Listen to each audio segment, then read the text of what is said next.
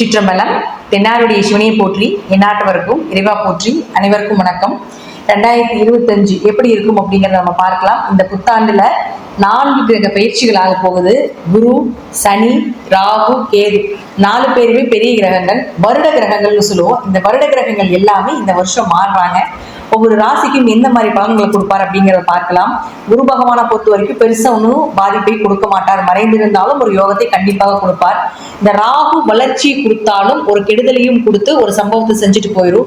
கேது அப்படின்னு சொல்லக்கூடியவர் தடை தாமதத்தை கொடுத்தாலும் கூட உங்களுக்கு என்ன மாதிரி விஷயங்களை கொடுப்பார் அப்படின்னு பார்த்துட்டீங்கன்னா, சைலண்டா செய்யக்கூடிய விஷயம் எல்லாமே கேதுங்க.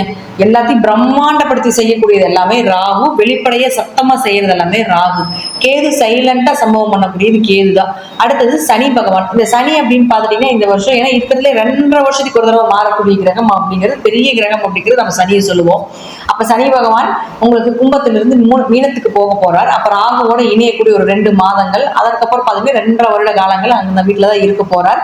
அப்ப சனி பகவான் என்னென்ன பண்ணுவார் அப்படின்னு அனுபவத்தையும் கொடுத்து பாடத்தையும் கற்றுக் கொடுத்து ஒரு ஆசானாக செயல்படக்கூடியவர் சனி பகவான். அப்போ இந்த சனி பகவான், ராகு பகவான், கேது பகவான், குரு பகவான் இவங்க எல்லாம் என்னென்ன செய்ய போறாங்க அப்படிங்கிறத நம்ம ஒவ்வொரு ராசிக்கும் எப்படி இருக்கும் அப்படிங்கிறத நம்ம முழுமையா பார்க்கலாம். 25 எப்படி இருக்கும்? சிம்ம ராசியை பொறுத்த வரைக்கும் பார்த்துட்டீங்கன்னா மேக்சிமம் சிம்ம ராசிக்கு கண்ட சனியினுடைய காலகட்டங்கள் டோட்டலா உங்களுக்கு முடிஞ்சிடும். இதுல ஃபர்ஸ்ட் நம்ம எடுத்துக்கக்கூடியது என்னன்னா, கண்ட சனி 2.5 வருஷம், அஷ்டம சனி 2.5 வருஷம். கண்ட சனியில ரொம்ப பாதிப்பா இருக்கு அப்படின்னு எடுத்துட்டீங்க, ரொம்ப கஷ்டப்பட்டுட்டீங்க அப்படின்னீங்கன்னா அஷ்டம சனி பாதிப்பு குறைவுதான். இல்லை எங்களுக்கு கண்டசனியில பெரிய பாதிப்புகள்லாம் எதுவுமே இல்லை, நார்மலா தான் போயிட்டு இருந்தது அப்படின்னா அஷ்டம சனியில கொஞ்சம் பிரச்சனைகள் உண்டு. ஏன்னா சனி பகவான் இந்த வருஷம் 4 கிரகங்கள் மாறுறாங்க. ராகு, கேது, சனி, குரு நம்ம தெரியும் இல்லைங்களா?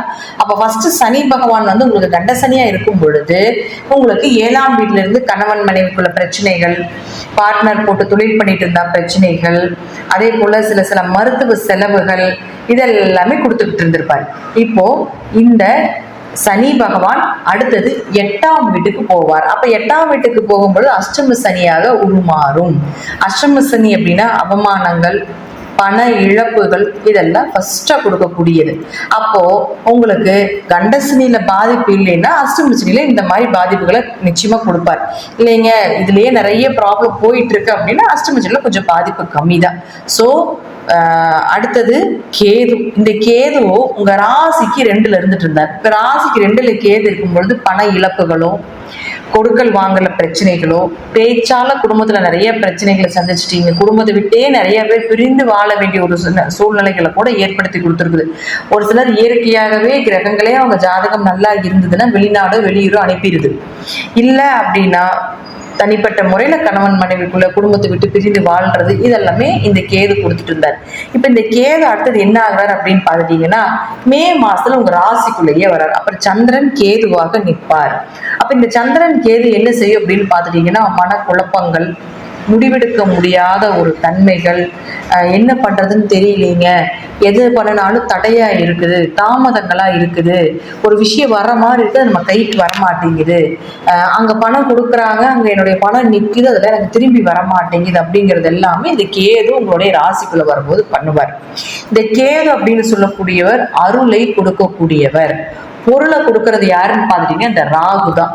அப்போ அருள் அப்படின்னா ஸ்பிரிச்சுவல் லைஃப், ஆன்மீகத்தில் இருக்கக்கூடியவங்க, இறை வழிபாடு, இறை சக்தி, பிரபஞ்சத்தின் ஆற்றல் இது எல்லாத்துக்கும் சக்சஸ் கொடுக்கக்கூடியது இந்த கேது. ஆனா பொருள், சந்தோஷங்கள், கணவன் மனைவி அந்யூன்யங்கள், பெரிய லைஃபை கொடுக்கறது, பிரம்மாண்ட யோகத்தை கொடுக்கறதுக்கெல்லாம் ராகு தான், கேது வரமாட்டார். அப்போ உங்க கேது உங்க ராசிக்குள்ள வரும் பொழுது அதிக ஆன்மீக வழிபாடும் இறை வழிபாடும் நிச்சயமாக உங்களுக்கு தடை தாமதத்தையும் மனக்குழப்பத்தையும் விலக்கி கொடுக்கும் அப்படிங்கிறது உண்மை. அது மட்டும் இல்லாம கேதுவுக்கு ராகுவுக்கும் வீடு கிடையாது. அவர்கள் ஒரு நிழல் கிரகங்கள். அவர்கள் எங்க இருக்கிறார்களோ அந்த இடத்தை தன் வீடாக எடுத்துக்கொள்வார்கள். அப்போ இப்ப கேது இங்க இருக்காரு இல்லைங்களா, இது இந்த வீட்டின் அதிபதி யாருன்னு பாத்தீங்கன்னா சூரியன். இந்த வீட்டினுடைய ஓனர் சூரியன். உங்க ஜாதகத்துல சூரியன் நல்லா இருந்து விட்டால், எழுதிக்கோங்க, உங்க ஜாதகத்துல சூரியன் நல்லா இருந்துட்டால் இந்த கேதுவால பாதிப்பு கொஞ்சம் குறைவுதான். ஒருவேளை ஜாதகத்துல சூரியன் கெட்டிருந்தா இந்த கேதுவால பாதிப்பு கொஞ்சம் ஜாஸ்தி தான் அப்படிங்கறத எடுத்துக்கலாம். அப்ப கோச்சார ரீதியாக 1.5 வருஷம் இந்த கேது இங்கதான் இருப்பார். அப்ப கோச்சார ரீதியாக கேது எங்கெல்லாம், அதாவது சூரியன் எங்கெல்லாம், அதுக்கு சூரியன் ஐப்பசி மாசம் நீசமாவார். அதே போல பாத்துட்டீங்கன்னா தை மாதமும் மாசி மாசமும் பகையாவார், வைகாசி மாசமும் பகையாவார். வைகாசி மாசத்துல சூரியன் இங்க நிற்பார், தை மாசத்துலயும் மாசி மாசத்துலயும் சூரியன் இங்க நிற்பார். அப்ப ஜாதகத்துல யாரெல்லாம் வைகாசி மாசம், ஐப்பசி மாதம், அதே போல மாசி மாதம், தை மாசம் பிறந்தீங்களோ அவர்களெல்லாம் கொஞ்சம் கவனமா இருந்துக்கோங்க. அல்லது இந்த மாசத்துல சூரியன் வரக்கூடிய காலகட்டத்தில் இருக்கக்கூடிய சிம்ம ராசிக்காரர்கள் கவனமா இருந்துக்கோங்க அப்படிங்கறத முற்றிலும் உண்மை. அடுத்து புரிஞ்சுது இல்லைங்களா? அடுத்தது பாருங்க ராகு. இந்த ராகு அப்படின்னு சொல்லக்கூடியவர் யாருன்னு பாத்துட்டீங்கன்னா வைரல் கிரகம். கேது சைலண்ட் கிரகம். சைலண்டா சம்பவம் பண்ணிட்டு போறது கேது. ஒரு 4 ரூமுக்குள்ள முடிச்சுட்டு போறது கேது. 4 ஊருக்கே காட்டுறது ராகு. இது ராகு எங்க இப்போ உங்களுடைய ராசிக்கு 8ல இருந்து கொஞ்சம் அவமானங்களோ, திடீர் பணவரவுகள், திடீர் அதிர்ஷ்டங்கள். உங்களுக்கு ராகுக்கு வீடு கொடுத்த கிரகம் உங்க ஜாதகத்துல குரு. அது நல்லா இருந்து விட்டால் திடீர் வருமானம், திடீர்னு உங்களுக்கு அதிர்ஷ்டங்கள் கிடைக்கிறது, ஒரு ப்ரமோஷன் கிடைக்கிறது, ஒரு ஊர் விட்டு ஊர் போறது, நினைச்சு பார்க்க முடியாத உச்சத்துக்கு போய் தொடர்றது எல்லாமே இந்த ராகு தான். குரு ஜாதகம் நல்லா இருந்தா இந்த விஷயத்த கொடுத்துருப்பாரு. அடுத்தது இந்த ராகு பார்த்துட்டீங்கன்னா உங்களுக்கு நேரம் என்ட்ரியாகி 7ஆம் வீட்டுக்கு வருவார். அப்ப 7ஆம் வீட்டுக்கு வரும்பொழுது என்ன பண்ணுவார் அப்படின்னு பாத்துட்டீங்கன்னா கணவன் மனைவி சின்ன சின்ன கருத்து வேறுபாடுகள் உண்டு. ஏன்னா 7ஆம் இடங்கிறது முதல் திருமணம் தானே. அப்ப திருமணத்தை செஞ்சும் கொடுப்பாரு. நீங்க எதிர்பார்த்தபடி ஒரு சிலருக்கு சனி உங்க ராகுக்கு வீடு கொடுத்த கிரகம் சனி. உங்க ஜாதகம் நல்லா இருந்துட்டா ஊரே நினைச்ச அளவுக்கு திருமணம் நடக்கும். ஊரே பார்த்து பொறாமப்படுற அளவுக்கு திருமண வாழ்க்கை, கணவன் மனைவிக்குள்ள அண்டர்ஸ்டாண்டிங்கா வாழ்றது, இதெல்லாமே நடத்தி கொடுத்துருவார். ஒருவேளை உங்க ஜாதகத்துல சனி கெட்டுட்டா கொஞ்சம் திருமணத்துல கொஞ்சம் தடைகளை படுத்தும், கணவன் மனைவிக்குள்ள கொஞ்சம் பிரச்சனைகளை ஏற்படுத்தி கொடுக்கும். ஏன்னா கோச்சார ரீதியாகவே ராகு இங்க வந்ததுக்கு அப்புறம் ராகுக்கு வீடு கொடுத்த சனி 8க்கு போய் மறைகிறார். அப்போ ராகுக்கு வீடு கொடுத்த சனி மறையும் பொழுது நிச்சயமாக உங்களுக்கு பாதிப்புகள் உண்டு அப்படிங்கறத தெரிஞ்சுக்கோங்க. சனிக்கு வீடு கொடுத்த குரு உங்க ஜாதகத்துல நல்லா இருந்துட்டாருன்னா பெரிய ஜாக்பாட் அப்படிங்கிறது இந்த சிம்ம ராசிக்காரர்களுக்கு இந்த மாதம் உண்டு. கொஞ்சம் குழப்பங்களாக இருக்கலாம். இன்னொரு தடவை இந்த வீடியோ நீங்க போட்டு பார்த்தீங்கன்னா நீங்க ஜோதிடரே அணுக வேண்டிய அவசியமே கிடையாது. அந்த அளவுக்கு தெளிவா கொடுத்துட்டேன். இது கிளாஸ்ல ஜோதிட வகுப்புல கொடுக்கக்கூடிய ஒரு விதிகளை உங்களுக்கு புரியணும் அப்படிங்கிறதுக்காக நம்ம எல்லாத்துக்கும் போல இப்படிதான் இருக்கும் அப்படிதான் இருக்குன்னு சொல்லாம நீங்க அனலைஸ் பண்ணிக்கக்கூடிய அளவுக்கு நான் சிம்ம ராசிக்காரர்களுக்கு கொடுத்துருக்கிறேன். ராகுக்கு வீடு கொடுத்த சனி உங்க ஜாதகத்துல நல்லா இருந்தால், ஏன்னா இங்க அடுத்தது ராகுன்னா இங்க கிடையாதுங்க, ராகு இங்க அடுத்தது இங்க வரப்போகிறார். அதனால இந்த இடத்துக்கு வீடு கொடுத்த சனி போக உங்க ஜாதகத்துல நல்லா இருந்தா ராகுவால பாதிப்புகள் இல்லை. ஏன்னா 7ஆம் இடங்கிற ராகுக்கு தோஷத்தை கொடுக்கக்கூடிய ஒரு வீடு. அப்போ அந்த இடத்துக்கு வரும்பொழுது கொஞ்சம் கவனமாக இருக்கணும் அப்படிங்கிறத நம்ம முற்றிலும் சொல்லிக்கிட்டே இருக்கிறோம்.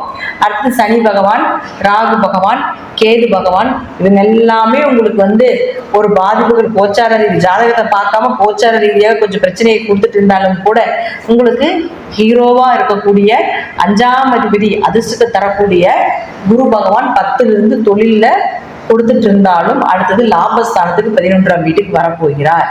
அப்போ அதிக லாபங்கள், அதிக தேவைகள் இருந்தாலும் கூட அதற்கு ஈக்குவலான பணவரவு அப்படிங்கிறது நிச்சயமாக உண்டு. சோ நீங்க மற்ற பாவகிரகங்கள் உங்களுக்கு பாதிப்பை கொடுத்தாலும் கூட குரு இருக்கக்கூடிய இந்த 1 வருட காலங்கள் நிச்சயமாக உங்களுக்கு பாதிப்புகள் கொஞ்சம் குறைவாக தான் இருக்கும். எப்படியும் பணவரவு அப்படிங்கிறது ஏற்படுத்தி கொடுத்துருவார், லாபத்தையும் ஏற்படுத்தி கொடுப்பார் அப்படிங்கிறதுலயும் மாற்றமே இல்லை. சோ 8ஆம் அதிபதியாகவும் குரு இருக்கிறதுனால நல்லா பார்த்துக்கோங்க. சனிக்கு வீடு கொடுத்த குரு இங்க சனி அடுத்து இங்க வந்துருவார் இல்லைங்களா? மார்ச் மாசத்துல சனிக்கு வீடு கொடுத்த குரு 11க்கு வரப்போகிறார். அவர் வருட கிரகம். அப்போ திடீர் வருடம் குரு இங்க வந்ததுக்கு அப்புறம் தான் திடீர் அதிர்ஷ்டங்கள், திடீர் வருமானங்கள், திடீர் வெளியூர் வெளிநாடு பயணங்கள், ஜாக்பாட் வருடங்களாக இந்த வருடம் இருக்கும். அப்ப குரு எப்ப வருகிறார் அப்படின்னு பாத்துக்கோங்க, மே மாசம் வரார். அப்ப மே மாசத்துக்கு மேல சிம்ம ராசிக்காரர்களுக்கு ஒரு ஜாக்பாட் மாதமாக இருக்கும். உங்க ஜாதகத்தில் குரு கெட்டிருந்தாலும் கூட இதுல கோச்சாரப்படி வரும் பொழுது நிச்சயமாக ஒரு யோகத்தை ஏற்படுத்தி கொடுப்பார் அப்படிங்கறத முற்றிலும் உண்மை. மே மாதத்திற்கு மேல் சிம்ம ராசிக்கு ஓரளவுக்கு ஒரு 60% மேல நல்ல ஒரு வருடங்களாகவும் நல்ல பணவரவு, பொருள் வரவு, சுப நிகழ்ச்சிகள், தேவைக்கு அதிகமான பண வளர்ச்சி, பொருளாதார வளர்ச்சி இதெல்லாமே உண்டு அப்படிங்கிறதுல மாற்றம் இல்லை.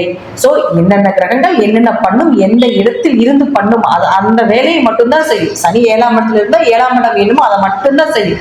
மற்றபடி மற்ற கட்டத்துல இயக்காது. அப்ப சனிக்கு 6 வீடு பார்த்து கொடுத்துருப்போம் இல்லைங்களா? ஃபர்ஸ்ட் அந்த சனி பயிற்சி பார்த்தீங்கன்னா உங்களுக்கு தெரியும்.